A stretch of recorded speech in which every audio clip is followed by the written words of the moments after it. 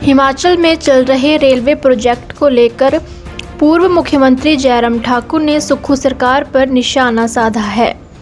मंडी में मीडिया से बातचीत में पूर्व मुख्यमंत्री जयराम ठाकुर ने कहा कि हिमाचल में चल रहे रेलवे प्रोजेक्ट में अपना शेयर न देने के चक्कर में प्रदेश सरकार जानबूझकर अड़ंगे डाल रही है, जिससे तेजी से तैयार हो रहे ये प्रोजेक्ट अब बंद होने की कगार पर आकर खड़े हो गए हैं।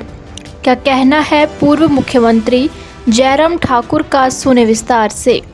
आदरणीय प्रधानमंत्री नरेंद्र मोदी जी का आभारी हूँ कि केंद्र हिमाचल प्रदेश में रेलवे नेटवर्क को आगे बढ़ाने के लिए लगातार प्रयास कर रहे हैं। लेकिन मुझे इस बात को लेकर भी दुख है कि जो केंद्र और प्रदेश का जो शेयर तय हुआ है और जो खासतौर से जो भानुपली बैरी का जो है वो 75-25 कॉस्ट को जो बेयर करने का एक फैसला जो हुआ है, उसमें मुझे बहुत बड़ा दुख है कि अभी तक हिमाचल प्रदेश की सरकार वो पैसा जो देना था उस पैसे को नहीं दे रही। और जबकि हमारा चंडीगढ़ बद्दी का जो है वो 50-50 कॉस्ट शेयरिंग में है। और दोनों का अगर हम देखें, दोनों प्रोजेक्ट में जो है इस वक्त 1626 करोड़ रुपए जो है वो, जिसमें से 1441 करोड़ रुपए भानुपली बिलासपुर बैरी का और उसके बाद 185 करोड़ रुपए बद्दी से हमारा चंडीगढ़ बद्दी का, ये हिमाचल प्रदेश की सरकार को देना है, लेकिन नहीं दे रहे हैं।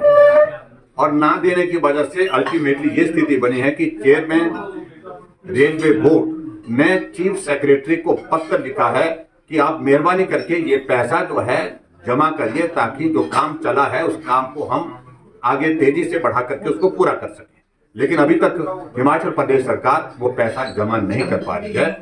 भारतीय जनता पार्टी की सरकार में हमने हिमाचल प्रदेश में लैंड एक्विजिशन और कंस्ट्रक्शन दोनों चीजों के लिए 450 करोड़ रुपए हमारी सरकार ने जारी किया, और लेकिन अभी तक हिमाचल प्रदेश की सरकार ने 2 साल में बहुत कम जारी किया है मेरी जानकारी के मुताबिक। तो इसलिए ये दोष दूसरे के ऊपर देना, केंद्र के ऊपर दोष देना ये उचित नहीं है। अगर हिमाचल प्रदेश में रेलवे लाइन अगर विलंब हो रही है तो उसकी वजह है कि हिमाचल प्रदेश की सरकार, कांग्रेस की सरकार, सुक्खू जी की सरकार, केंद्र को जो पैसा हिमाचल का हिस्सा बनता वो नहीं दे रही है। वहीं जयराम ठाकुर ने कहा कि प्रदेश आर्थिक संकट से जूझ रहा है और इस बात को लेकर सीएम सुक्खू कई बार खुले मंच पर भी कह चुके हैं, लेकिन वो हमेशा अपने बयानों से पलटने का काम करते हैं। कभी कहते हैं कि आर्थिक संकट है और कभी कहते हैं कि आर्थिक संकट नहीं है। यदि आर्थिक संकट नहीं है तो फिर हर महीने बोल बोल कर और नई नई तारीखें तय करके वेतन और पेंशन क्यों देने पड़ रहे हैं। लेकिन प्रश्न पैदा होता है कि अगर आर्थिक संकट हिमाचल प्रदेश में नहीं है तो ये कर्मचारियों की सैलरी की आपको हर महीने घोषणा क्यों करनी पड़ती? इस महीने 5 तारीख को मिलेगी और सैलरी के बाद फिर जो पेंशन जो है वो 10 तारीख को मिलेगी, और फिर उसके बाद फिर कह रहे हैं कि अब 28 तारीख को मिलेगी। इसका मतलब है कि आपका फाइनेंशियल मैनेजमेंट जो है पूरी तरह से कोलैप्स हो गया है, सिस्टम में कोई चीज रही नहीं है।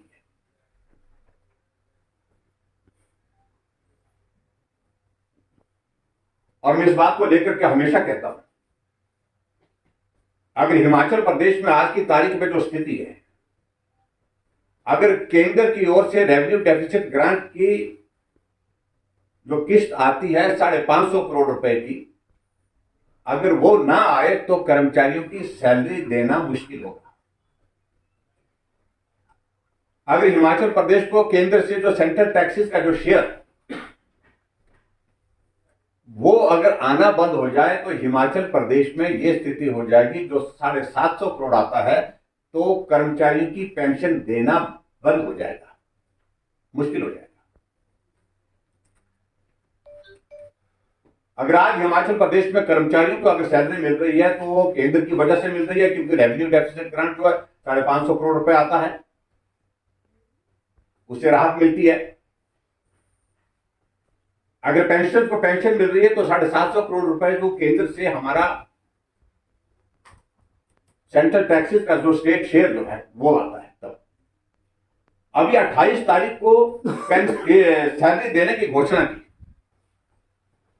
और वो घोषणा किस लिए की? वो इसलिए की क्योंकि केंद्र ने सेंट्रल टैक्सेस का शेयर जो है 1479 करोड़ 1479 करोड़ रुपीज जो है वो एडवांस कर दिया। और उनके चेहरे पर इस बात को लेकर के खुशी भी है, स्वाभाविक रूप से उनको बहुत बड़ा राहत मिली है। और ये सारी चीजों की वजह से मुख्यमंत्री जो है वो जो बातें कह रहे हैं वो बहुत हैरान करने वाली। आज तक के इतिहास में हमने कभी नहीं देखा कि एक जो है वो एक दायित्व पर, एक संवैधानिक दायित्व पर होने के बावजूद फेडरल स्ट्रक्चर की बात कहते हैं।